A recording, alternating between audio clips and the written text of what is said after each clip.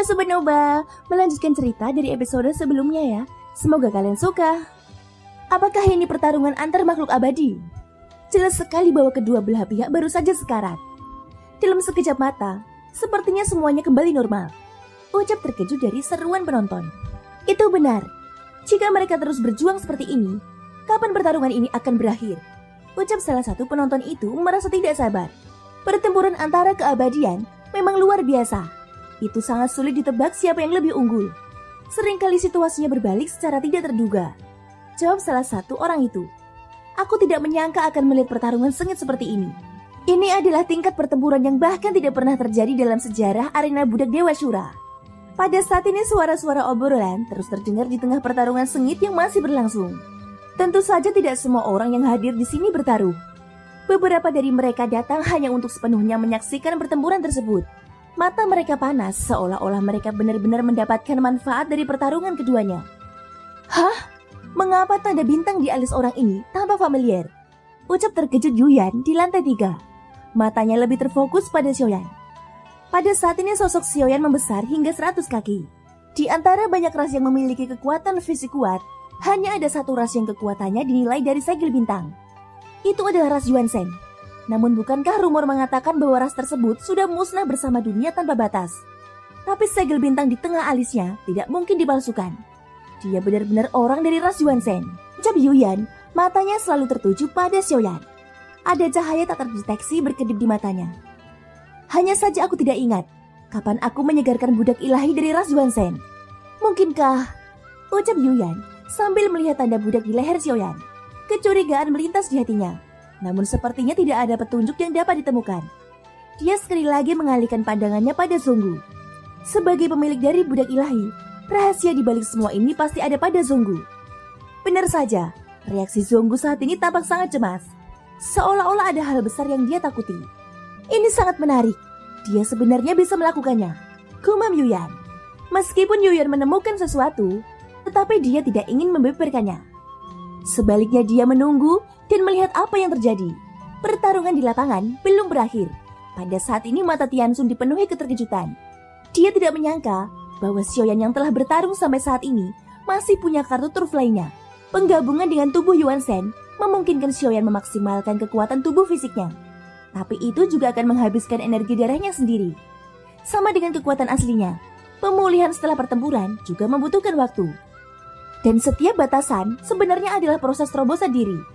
Alasan mengapa Xiaoyan ingin melawan Tianxun adalah selain ingin membunuhnya, tujuannya juga untuk membiarkan dirinya sendiri mengalami beberapa pertempuran yang menembus batas. Ini akan sangat bermanfaat bagi Xiaoyan. Tentu saja premisnya adalah dia mampu mengalahkan lawannya. Memperbesar tubuh memang akan meningkatkan kekuatan pertahananmu. Tapi kecepatanmu pasti akan menurun tajam. Ucap Tianxun yang baru saja menstabilkan tubuhnya. Meski dia cukup terkejut, tetapi dia berani menebak bahwa kelemahan di balik tubuh besar Xiaoyan ada pada kecepatannya. Hanya saja perkataan Tianxun baru saja terdengar. Ketika dia melihat sosok raksasa Xiaoyan di depannya, benar-benar menghilang begitu saja. Adegan ini sontak saja membuat pupil mata Tianxun menyusut. Sungguh? Kalau begitu, aku sekali lagi akan mengecewakanmu, ucap Xiaoyan. Saat berikutnya sebuah suara terdengar di telinga Tianxun. Sosok besar itu telah tiba di atas kepala Tianxun dalam sekejap mata. Tinju besi yang seperti gunung diayunkan dengan keras. Tianxun tidak bisa mengelak saat ini. Sebagai gantinya, dia mengangkat tangannya dan cahaya keemasan keluar darinya. Itu berubah menjadi perisai cahaya untuk menahan tinju Xiaoyan. Namun perisai tersebut tampak sangat rentan di hadapan tinju raksasa Xiaoyan. Meskipun begitu, itu juga memberi waktu bagi Tianxun untuk bereaksi. Aura berwarna biru dengan cepat berkumpul pada tinjunya. Menghadapi serangan Xiaoyan yang tak terbendung, Tianxun tidak lagi mengelak. Sebaliknya dia juga memberikan sebuah pukulan. Bang! Tinju besar dan kecil bertemu. Meski keduanya memiliki ukuran tubuh yang sangat berbeda, namun selama konfrontasi ini, mereka berdua sama-sama terguncang ke belakang. Wajah Tianxun tampak suram.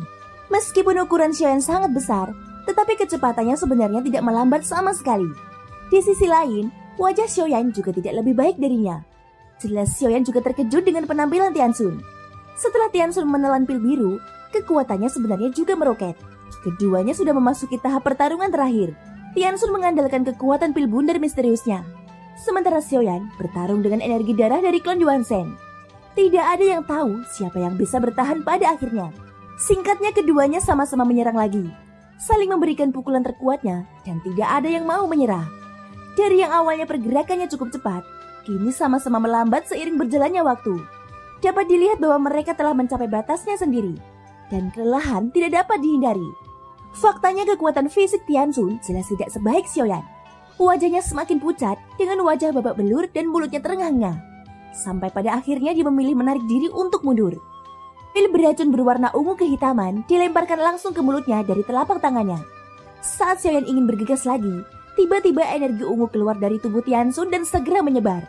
Ini sebenarnya kabut beracun, ucap Xiaoyan segera menyadari ada yang tidak beres. Sosoknya juga berhenti dan mengambil jarak untuk mundur ke belakang. Faktanya masih ada beberapa metode yang belum digunakan Xiaoyan. Namun karena kesenjangan antara keduanya terlalu besar, Xiaoyan tidak terlalu yakin untuk menampilkannya. Misalnya adalah Yao Beng. Ketika perbedaan kekuatan terlalu besar, itu tidak cukup untuk mengendalikan Tianxun sepenuhnya. Bahkan jika dia dapat mengendalikannya sampai beberapa waktu, Tianxun juga memiliki pelindung bagian dalam yang kuat. Belati yang diberikan si nomor 1 mungkin tidak dapat menusuknya. Pada saat itu akan sangat buruk jika kartu truf yang sebenarnya ini terungkap terlalu dini. Jadi Xiaoyan hanya bisa menggunakan metode yang bisa melukai lawan semaksimal mungkin. Memenangkan pertempuran ini tidak bergantung pada belati tersebut. Sebaliknya kemenangan ini bergantung pada Xiaoyan sendiri. Peran belati hanyalah finishing. Itu hanya bisa digunakan untuk menghancurkan jantung biru Tianxun. Namun situasi saat ini, inti api dan inti guntur di tubuh Xiaoyan semuanya redup. Konsumsi domain Dewa Abadi sebelumnya terlalu besar. Sekarang jika tubuh fisiknya diracuni, tidak akan ada energi api yang dapat menahannya. Itu akan sangat merugikan bagi Xiaoyan. Terlebih lagi, Xiaoyan terus menggunakan guntur jile selama konfrontasi. Jika ini terus berlanjut, kekuatan terakhirnya akan segera terkuras habis. Reinkarnasi Susang, dengan kondisimu saat ini, kamu pasti tidak memiliki cara untuk menghadapi racunku. Karena itu beri aku kematianmu. Kamu harus mati di tanganku. Teriak Tianxun tampak sangat gila. Setelah teriakannya terdengar, sosoknya langsung bergegas menuju Xiaoyan dengan kabut ungu kehitaman yang tebal dan beracun. Kabut beracun menyebar ke seluruh tubuh Tianxun untuk memaksimalkan racunnya. Dia bahkan menelannya sendiri. Kulitnya mengalami ulcerasi, tapi dia tampaknya siap melakukan apapun. Sekalipun tubuh fisiknya hancur total, hari ini dia juga bertekad untuk membunuh Xiaoyan dengan cara apapun. Ruang di arena Dewa Syura terbatas, sehingga kabut beracun tersebut pasti akan memenuhi seluruh arena. Mata Xiaoyan menunjukkan tatapan kejam. Jika pertempuran ini tidak bisa diselesaikan sebelum dia diracuni, Xiaoyan akan berada dalam bahaya. Sepertinya aku hanya bisa mengambil resiko, ucap Xiaoyan menggertakkan giginya. Energi darah di tubuhnya meledak. Sosok setinggi 100 kaki secara alami bukanlah batas dari tubuh Yuan Shen. Saat ini Xiaoyan tidak ragu-ragu. Bentuk tubuhnya sebenarnya mulai membesar lagi. Dalam sekejap mata ia meluas hingga mencapai 1000 kaki. Itu tampak seperti gunung besar yang memblokir langit dan matahari. Di antara semua yang paling mungkin, hanya 7 tapak dewa pembunuh yang memiliki kekuatan penghancuran ekstrim. Semakin kuat tubuh fisik, semakin kuat kekuatannya.